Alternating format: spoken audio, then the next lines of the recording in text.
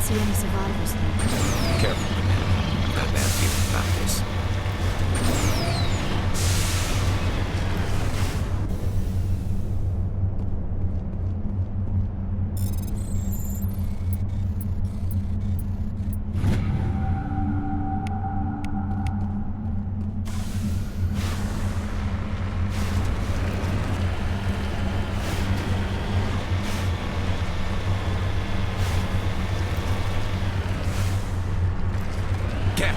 It's a trap.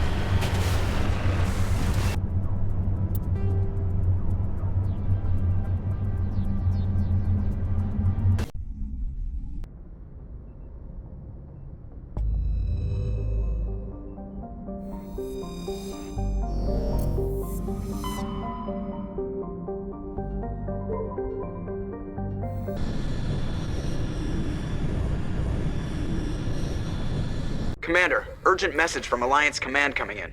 I'll patch it through. Shepard, this is Admiral Hackett from Alliance Command. We've got a situation here, and you're the only one that can handle it. What do you need, Admiral? There's an Alliance training ground where we test weapons and technology in live fire simulations.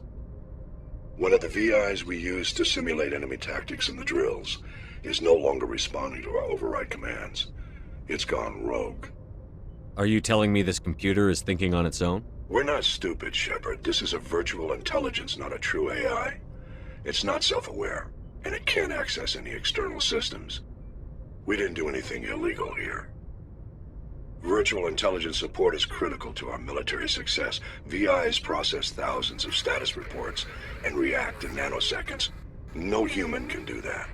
We need you to fight your way through the training ground of the VI core and manually disable it. Can't you disable it remotely? Our fail-safes aren't responding.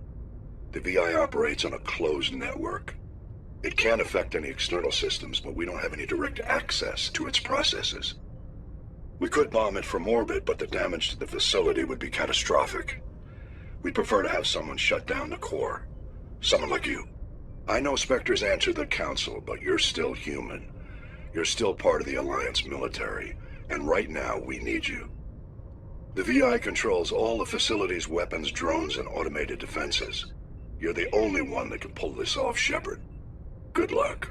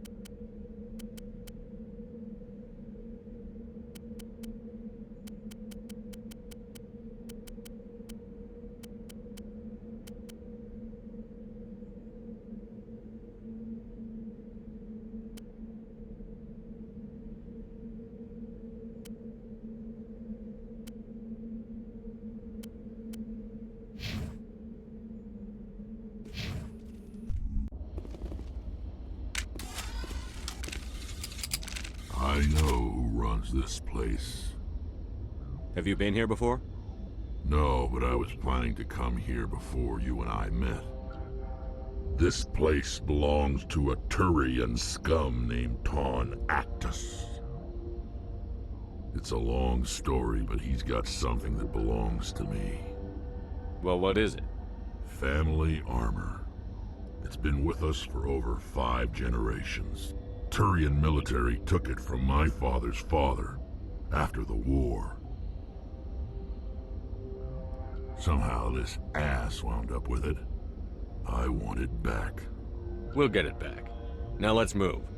Right behind you.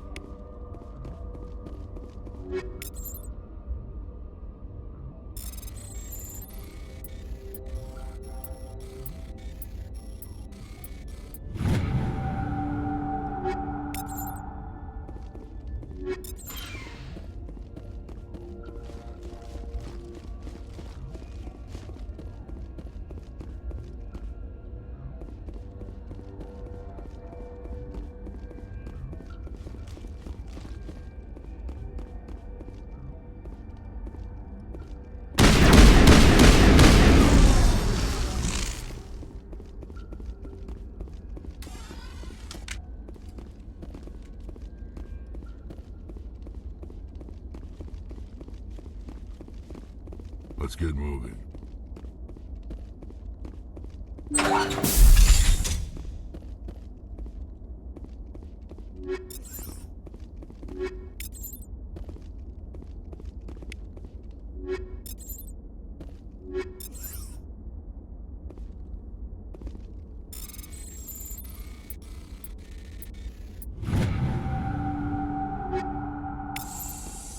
This is it.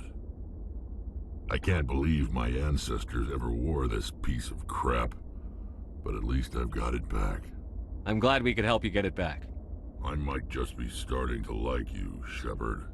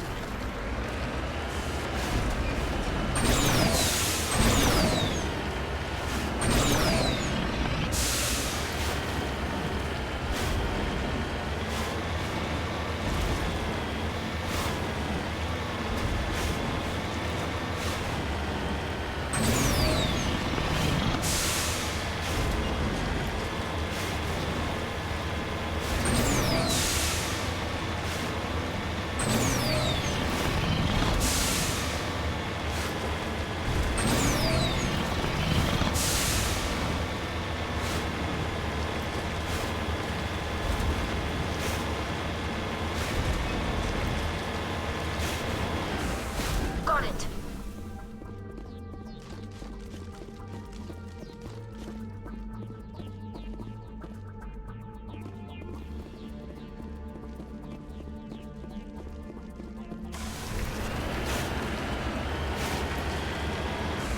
Got it.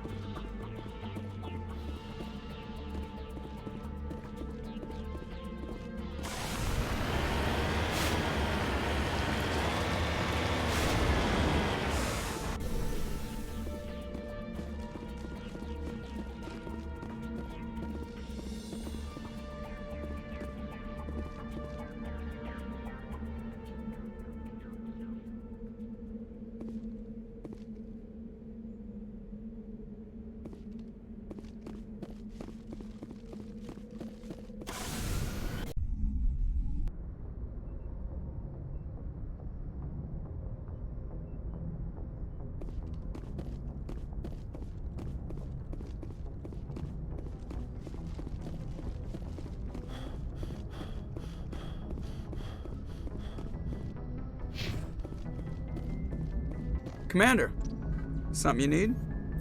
I like to know my crew. Mind if I ask you a few questions? You top of my class in flight school? I earned that.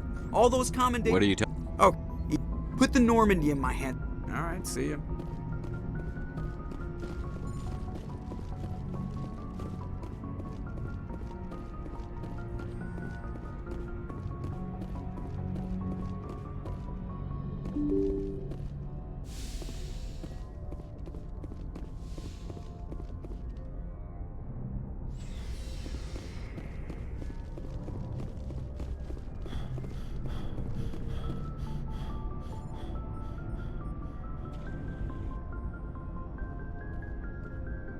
Anything you need, Commander? Just trying to get a sense of where the crew's at. Thoughts? Well, they know about the stonewalling you've had from the Council. They deserve to know what we're up against.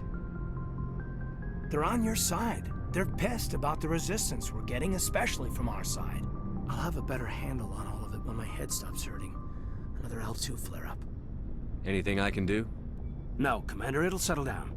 It's rough sometimes, but they spike higher than a lot of L3s. Except for you, of course. Besides, I fared a lot better than some after Kinetics was through. I haven't heard anything about Kinetics in a while. Yeah, they quietly disappeared. Broke up into a bunch of little corps after they botched the training on Jump Zero. After first contact, Kinetics was set up to track Element Zero exposures and develop implants for humans. Once we had an embassy on the Citadel, Kinetics could bring in experts instead of taking it slow. The only experts would have to be aliens. Dead on. Turians, actually. That's why Kinetics kept it a secret. They were afraid of what people back home would think, asking the Turians for help when we just fought a war with them. The Asari would have been more acceptable than the Turians. Yes, but the company didn't go through the Citadel. It would have made Earth look weak, so they discreetly hired some Turian mercenaries. Is there some reason we couldn't learn it on our own? They didn't know where to start. Hell, it took a couple of years to even link biotics and Ezo. Forget trying to get the kids to move stuff. They had trouble just helping them not break their own limbs. And their choice of teachers didn't help much. Get your knuckles rapped a few times, Lieutenant? Yeah, you could say that. Our instructor was a Turian by the name of Commander Vernus. A real hard-ass. He basically had a free pass to break us if it would turn out a decent biotic. Kind of spiraled from there, Commander. Did he ever face charges for that? He got his, yeah. But like everything else at Jump Zero, it was under the table. The less said, the better. Anyway, this is ancient stuff. I walked it off a long time ago. I should get back to my duties, Commander. We're here to make history, not rehash it. What's your opinion on the last mission? Dr. Tassoni. Seems like a sweet girl. Easy on the eyes. I mean, if you like the bookish sort. Just remember, Lieutenant, I saw her first. Only by a few seconds, sir. We'll talk another time, Lieutenant. Commander?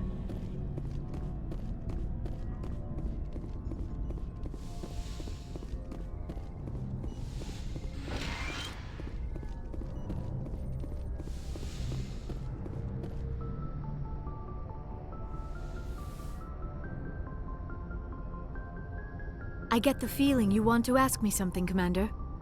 Maybe we could pick up where we left off. You were telling me about your interest in the Protheans. Actually, I think I was talking about my interest in you, and making a fool of myself in the process.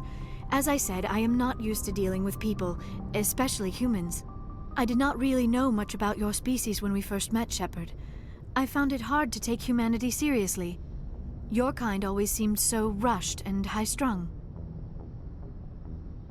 We don't have the luxury of time. An Asari can live for 1,000 years. We're lucky if we hit 150. That is true. At first I thought that was a weakness of your species. After spending time with you and your crew, however, I think it may actually be an advantage. You humans are creatures of action. You pursue your goals with an almost indomitable determination. It is an admirable trait, but also an intimidating one. You're scared of us? Unfortunately, the rest of the galaxy sees humanity as something of a bully. You run over anyone in your path to get what you want. It is up to people like you to change their minds, Shepard. I'm doing the best I can, Liara. There is a reason the Council chose you to become a Spectre. They saw something special in you. The best of what humanity has to offer. I looked into your history. I know what you did during the Blitz. It was a remarkable display of courage and heroism. You didn't need to go behind my back. I would have told you whatever you wanted to know. I apologize, Commander. After our last conversation, I was afraid I would say something stupid again.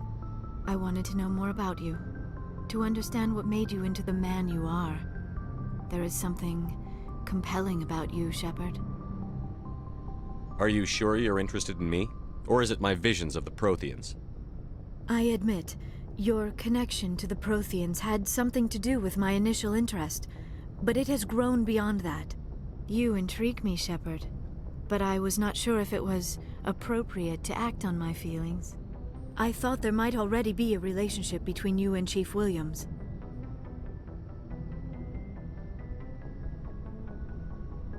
Williams and I are just friends, nothing more. My mistake, then. I am not as adept at understanding human relationships as I thought. But what about us, Shepard? Is there a mutual attraction, or was I wrong about that too? I'm not interested in you in that way, Liara. This is very embarrassing for me, Commander. Please, let's talk about something else. I should go. Goodbye, Commander.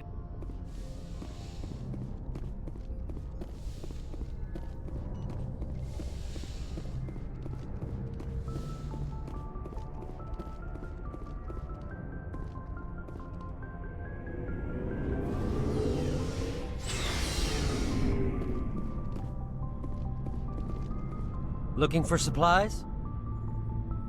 Let's see what you've got. You bet, Commander.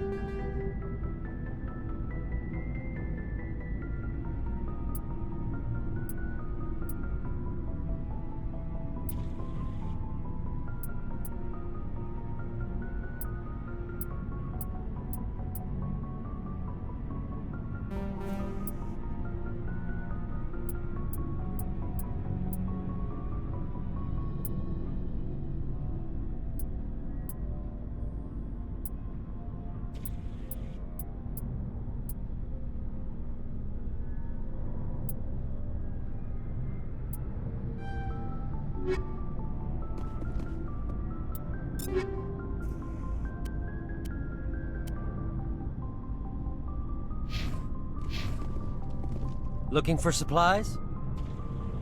Let's see what you've got. You bet, Commander.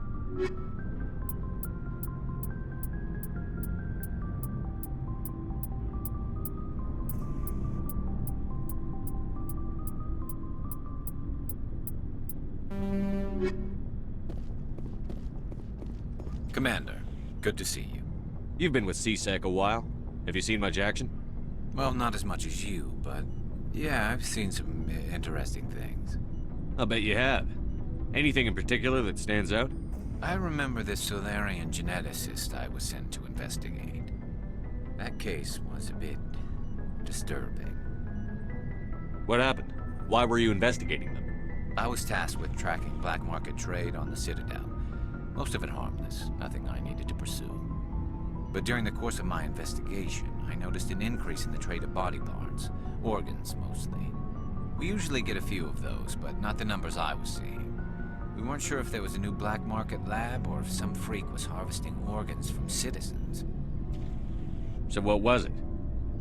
Both, actually. But it took us a while to figure that out. So how did you figure out what was happening? First, we got a hold of a sample and ran DNA tests. The weird thing was, the match led us to a Turian who was still alive and was very convinced he'd never lost his liver. After a bit of digging, I discovered this Turian worked briefly for Dr. Salion, the geneticist. So I went to his lab hoping to find evidence of cloned organ development, but there was nothing. No Solarian hearts, no Turian livers, not one Krogan testicle. You're kidding, right? Why would anyone want Krogan testicles? Some Krogan believe that testicle transplants can increase their virility, counteract the effects of the genophage. It doesn't work, but that doesn't stop them from buying. They'll pay up to 10,000 credits each. That's 40,000 for a full set. Somebody's making a killing out there. What did you do about the geneticist? I brought in some of his employees for interrogation, to see if I could get them to talk. While I was interviewing one of them, I came across something suspicious.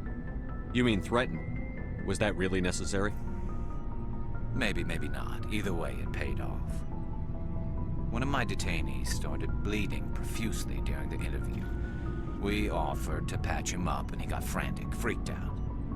I ordered a full exam to find out what was going on. Our medics found incisions all over his body, some of them fresh. That was our big break. These people weren't just Dr. Salion's employees.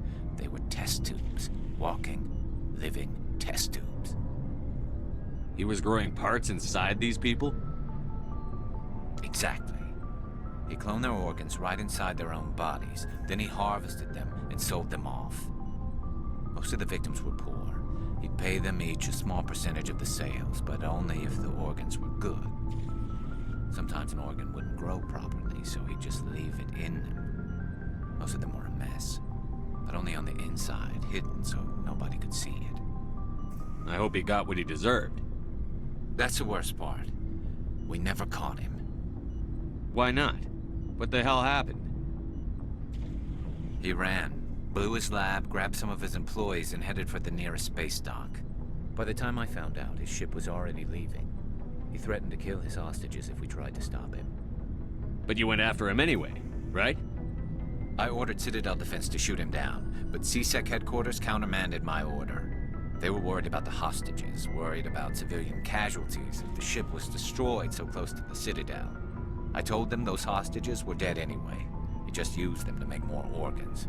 But they wouldn't listen. Well, you can't get them all. No, but letting him get away like that. All they had to do was disable that ship, stop him from running. Maybe the hostages die, maybe they don't, but at least we stopped the bastard responsible for it all.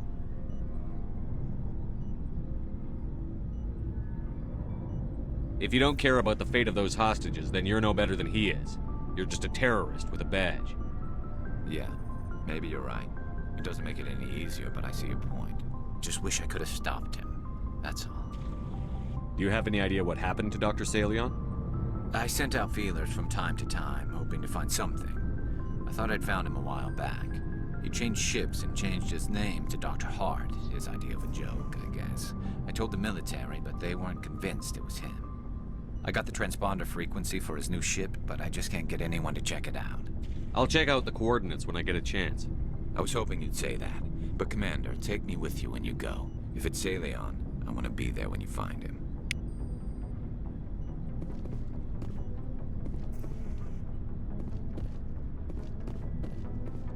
Commander? What's your opinion on the last mission?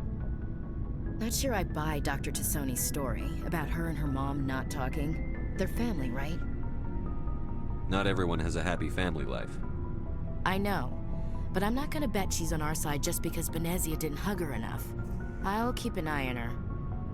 Too bad those ruins got destroyed. I mean, they lasted thousands of years. That's impressive. Do you have a few minutes to talk one-on-one? Sure. I was just watching some mail from home. Oh, before I go, we saw Caden in a news vid about the Normandy. He's cute. Later, sis. Let's pretend this never happened. Are you interested in the Lieutenant, Chief? Of course not, sir. Fraternization is against regulations. What's up? You didn't come by to eavesdrop on family mail. Your family seems to be important to you. Yeah, we've always been close. Me and my sisters especially. With Dad on duty so much, I had to help Mom raise them. Where did you grow up? All over. Same as you, I expect. We transferred a half a dozen times before I finished grade school. You go where personnel command sends you, right? I guess that's why I'm so tight with my sisters. We'd have to leave all our friends every 2 or 3 years. You have more than one sister? Sounds like a big family. Yeah, I'm the oldest, then Abby, then Lynn. Sarah's the youngest. She's still in high school. With 4 girls, Dad used to say he felt more outnumbered at home than on maneuvers. Did your father serve with the fleet? Yeah, took any crap posting he could get that offered space time. You know what? He worked his ass off trying to get recognized, but he never made it above serviceman 3rd class. He was real proud when I made Chief. First thing he did was salute. What about your mother? You haven't mentioned her. You must know what military wives are like. Strong because they have to be, able to raise kids while Dad's away on a 6-month cruise. She has a degree in planetary geology. She and Dad both wanted to see new worlds. She gave up her career to raise us, though. I was an only child, but I get the idea. At least one of my parents was always on duty. Yeah, military families, eh?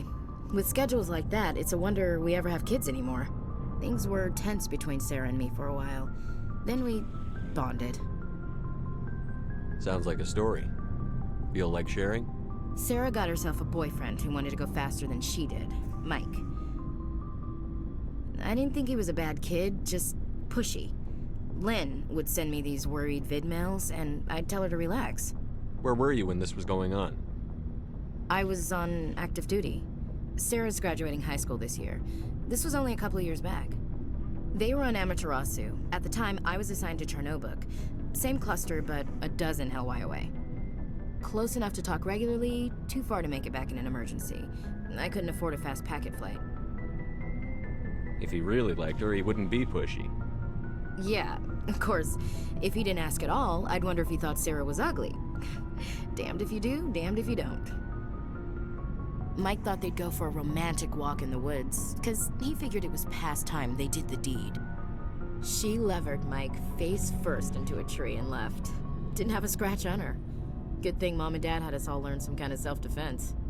I took emergency leave and walked Sarah to school for a few days. You said all of your sisters learned self-defense?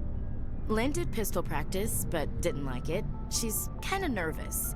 Sarah took Aikido. Abby decided to learn the sword. She always was a little weird. Likes big skirts and tops you have to tie her into. They do great things to her figure, though. So, what did you learn? One of Dad's friends taught me Marine hand to hand. You said all of your sisters learned self-defense? Lynn did pistol. They do great things to her figure, though. You traveled all the way home to walk your sister to school. It was only a dozen light years, like a day's cruise. It's not like I was going to Earth or something. My last day out, Mike was waiting for us. Sarah had told her friends, so everyone at school knew what he did. He wasn't happy. I wanted to snap him in half, but Sarah gave me this look, this let me handle it, I need to do this alone look. She kept her cool, God bless her, as he screamed in her face. She just let him vent. Then he tried to punch her. I swear, she just flowed around him. Next thing I knew, he's face down on the sidewalk, and there's blood everywhere. That's unbelievable. Sarah must be as good as you. Better. I'm more or less a straight-up puncher. When he swung, she wasn't there anymore, and he fell. She helped him stop the bleeding and had me call an ambulance. She told the paramedics he fell. Before they took him to the hospital, Mike touched Sarah's arm. I thought he was gonna end up on the ground again. But he hung his head, whispered, "I'm sorry," and started crying. And she hugged him. The Williams women are a decisive bunch, Commander. We do things when we're ready. Not before, not after. Where was your father during this? Wasn't your family stationed near him? Dad always wanted to serve in space, but he wanted us to have real ground under our feet. He'd say, space is beautiful, but you can't raise a family there. I cannot rest from travel. I will drink life to the lees. All times I have enjoyed greatly, have suffered greatly, both with those that loved me and alone. For always roaming with a hungry heart, much have I seen and known, cities of men and manners, climates, councils, governments. I never thought I'd hear you reciting poetry. Just because I can drill you between the eyes at 100 meters doesn't mean I can't like sensitive stuff. Just don't spread it around. Ulysses was my dad's favorite poem. Every time he shipped out, he recorded me reading it. He had a dozen versions when he retired. Does he still like it? I sure hope so. I read it to his grave every time I go home. Dad passed on a few years back. He's probably still watching, though. You mean from wherever we go after death? Dead on, Skipper. He's with God now. That's not a problem with you, is it? That I believe in God?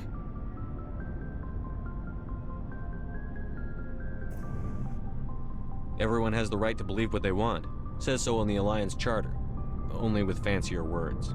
I'm glad you're open-minded about it. I've met a few people who are really weirded out by my faith.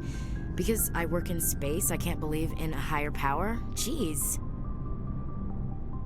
Hello, have you people looked out the window? How can you look at this galaxy and not believe in something? I should get back to my duties. Didn't mean to take up so much of your time. Dismissed, Chief. Sir.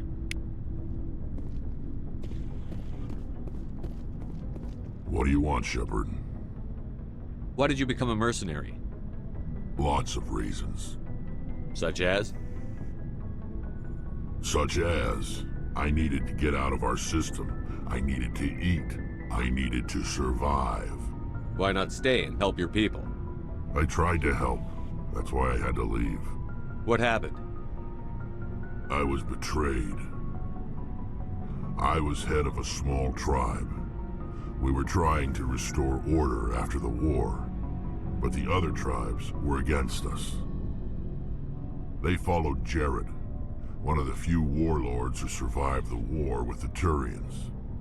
But he was old, and so were his ideas. He wanted to continue the war. He wanted us to fight. Turians, Solarians, each other. It didn't matter who, as long as we were fighting. What did you want? I just wanted Jared to shut up, to stop his ranting. I wanted him to stop leading the tribes astray. But he couldn't understand how much things had changed. We didn't have the numbers to go to war. Even if we did, the genophage made sure we couldn't replenish our numbers fast enough. I told them all to forget about war. We needed to focus on breeding, at least for one generation. And for a while, we were getting through. Some of the tribes started coming around. I take it the warlord didn't appreciate that. No, he didn't. He arranged a crush with the tribes, a meeting on neutral ground. He wanted to talk. We met at the Hollows, near the graves of our ancestors. The skulls of our dead laid bare to remind us where we come from and where we all go. It's as sacred as any Krogan place can be. Violence is forbidden. It sounds like a trap to me. You must have suspected as much. I did. But when your father invites you to a crush, well, there are some laws that even we hold sacred. Jared was your father? He was. Until that day. We talked, but we didn't get anywhere. When it was clear that I wouldn't join him, he gave the signal. His men leapt from the graves of our ancestors like Krogan undead. The few that were loyal to me died quickly. I escaped with my life, but not before I sank my dagger deep into my father's chest. That is why I left, and that's why I'll never go back. You must have family other than your father. Don't you miss them? No. Now that I have my family's armor again, there's nothing left for me. So long, Rex. Shepard.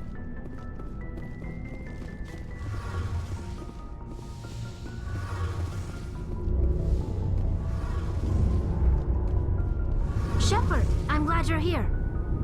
Good to see you smiling again, so to speak. I'm sleeping much better now. I guess I'm getting used to how quiet your ship is. I still think a lot about my pilgrimage, though. I know Saren's our top priority, but with all the worlds we go to, I was hoping to find something to bring back to the flotilla. We've still got a long way to go. You'll find something to take back. Yes, but it cannot just be some derelict ship my people can use for salvage. It has to be more than that. There's a lot expected of me. What's so special about you? It's my father. He's the senior member of the Admiralty Board. He's one of only 5 people who can overrule the decisions of the Conclave for the good of the migrant fleet. My father is responsible for the lives of 17 million people. Our entire race is in his hands, and I'm his only child. So are you some kind of heir to the Quarian throne or something? No, it doesn't work that way. My father's position isn't hereditary. I'll probably never serve on the Admiralty Board myself. Officially, I'm just the same as any other citizen. But it doesn't work that way in practice. People have always treated me differently because of who my father is. You must get all kinds of special privileges. I probably had it easier than most growing up, but it's not all good. People like my father have enemies, and they're not above using me to get to him. It must be tough on you. My people place a high value on family and ancestry. There's an unspoken expectation that I'll live up to my father's example. Everyone's waiting for me to do something great on my pilgrimage, something that will forever change our lives for the better. If I don't, it's like I failed, and that reflects badly on both me and my father. The work you're doing here is more important than anything any Quarian has ever done before. Yes, I know. But you have to understand Quarian culture. We're a very insular society. The events beyond the flotilla don't much matter to the average citizen. Our greatest dream is that one day we'll return to our homeworld and drive out the Geth. But even if we stop Saren, that's not going to happen. There's still millions of Geth behind the veil. Until they're gone, our exile will continue. What would you need to bring back to make everyone happy? Something that would help us better understand the Geth. They've changed significantly since the exile. They've continued to evolve. We've done our best to study them, but it's not easy. They're very reclusive. Until recently, they never went beyond the borders of the Veil. And all the Geth we run into now are under Saren's control. We'd need to find Geth operating on their own, independently. But I don't want this to get in the way of our mission, Shepard. First, we stop Saren. Then I'll worry about my own problems. What was your father like?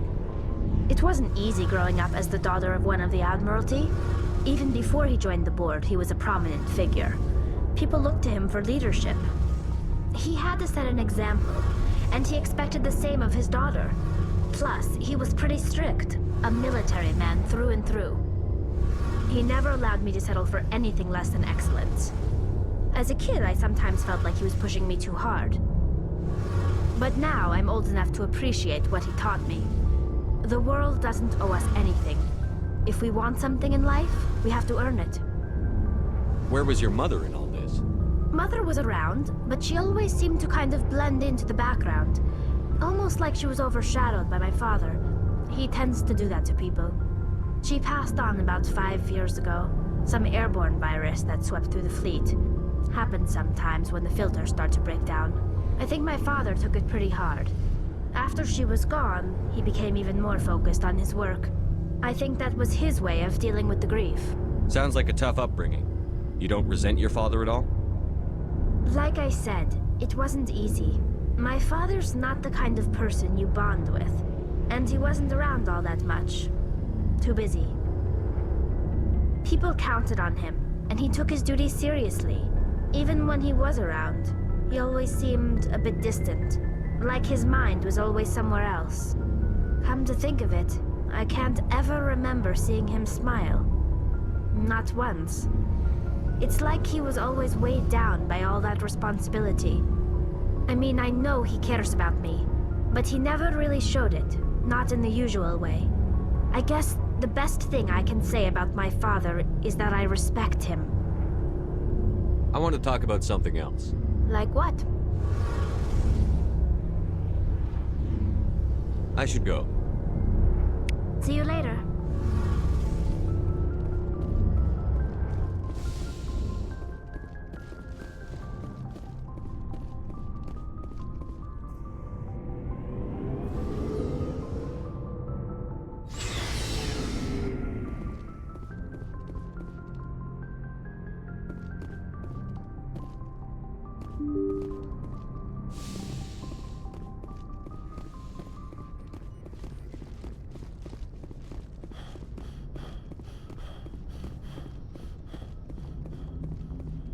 Commander, something you need?